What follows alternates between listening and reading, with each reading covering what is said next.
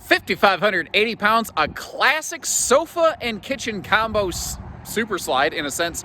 Bunkhouse Freedom Spirit coming in down here at Advantage 1 RV today. My name's Josh, the RV Nerd. Hello and welcome.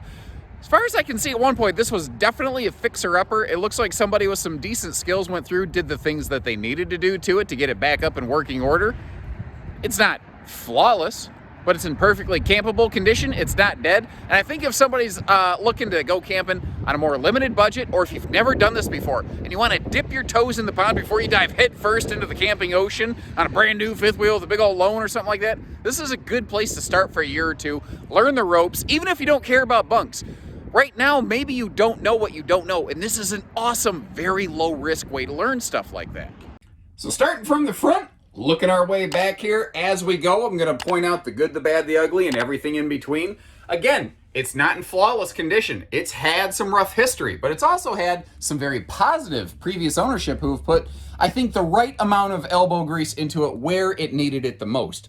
It is carpetless. It is ventless. I don't see cold crack flooring, which are all good things. I don't see where like all the soft goods, like the furniture has been really roughed up and scuffed up. This is a classic sofa galley ultralight slide where it's actually not too deep, but it sure does open it up quite a bit. And it's interesting, you're actually starting to see some shallow slide concepts make their way back into the new RV market. That old trend of what was old is suddenly new again, kind of making its way into the marketplace.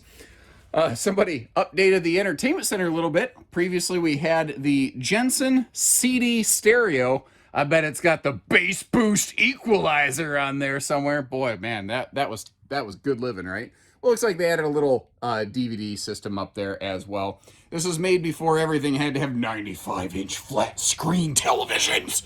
So just a simple little corner entertainment up there. Although, if you're a little bit enterprising and you felt like TV was important, I would just pop that shelf out, and then you've got a very wide open spot. If you want to put like an angle-mounted swing arm TV or something like that, you'd be able to do so. And again, the dinette, not really roughed up, scuffed up. The flooring, not cold cracked. I don't detect dog hair. I don't detect a smoker's special in here. There was something where, right over here.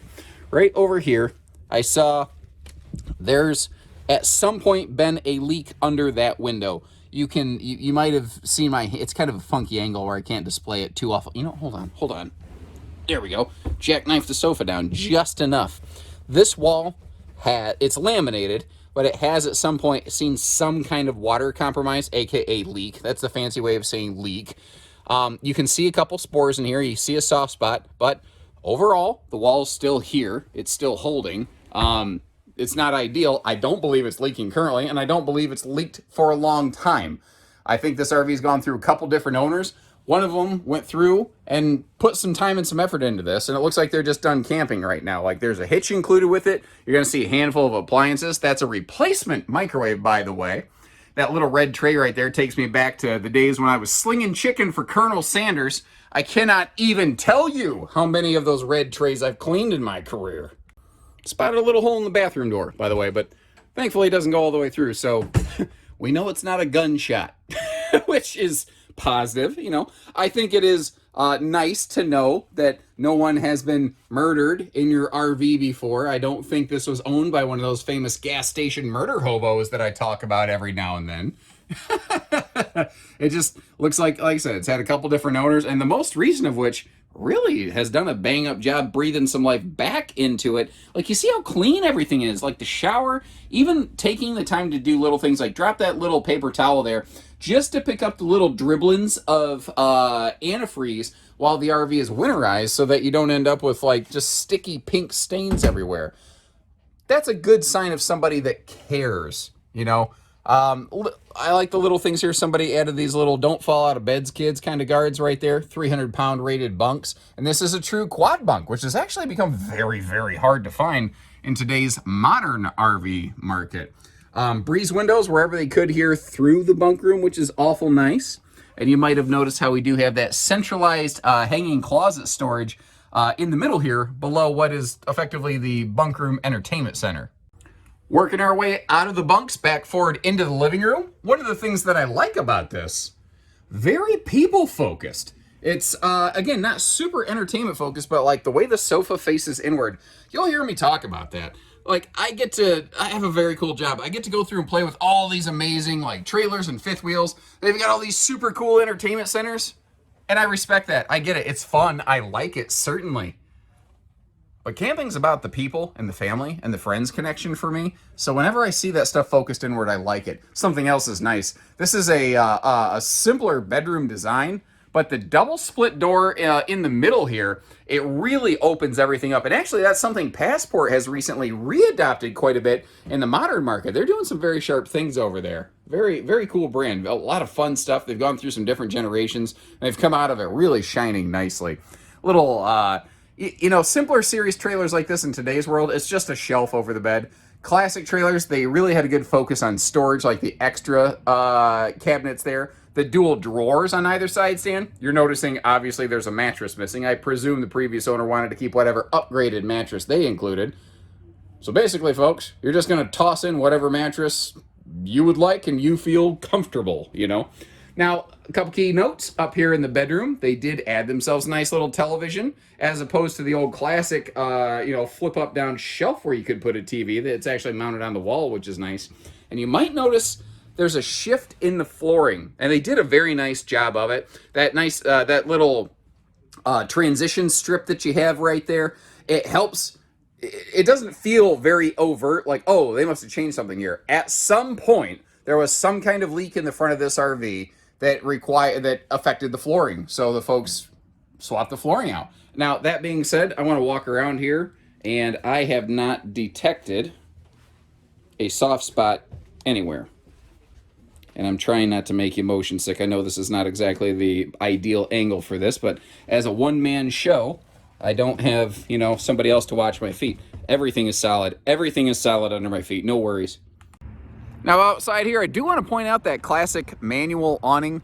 We get very spoiled by power awnings in today's market. I want to mention that there looks like there's been a little spot of tape put on, maybe a little frayed spot there. Again, just trying to represent it fairly, wanting to let you know what I see. And I tell you, one of the things I do see, a lot of good resealing done. Obviously, with the redone bedroom flooring, there's been some kind of leak in it in the past, but I don't believe that's the case currently. Again, it's a little bit rough around the edges. It's a bargain buy, but it's perfectly functional, perfectly campable, a great way to learn the ropes. You see a lot of things included with it, like you've got that hitching right there. Go ahead, folks, come on in, no big deal. Busy Saturday here, and everyone wants to see the new arrivals. This is how it's been going half the time lately here. By the time I get footage up and running, we've already had some pending purchases on certain things. It's just been a heck of a season.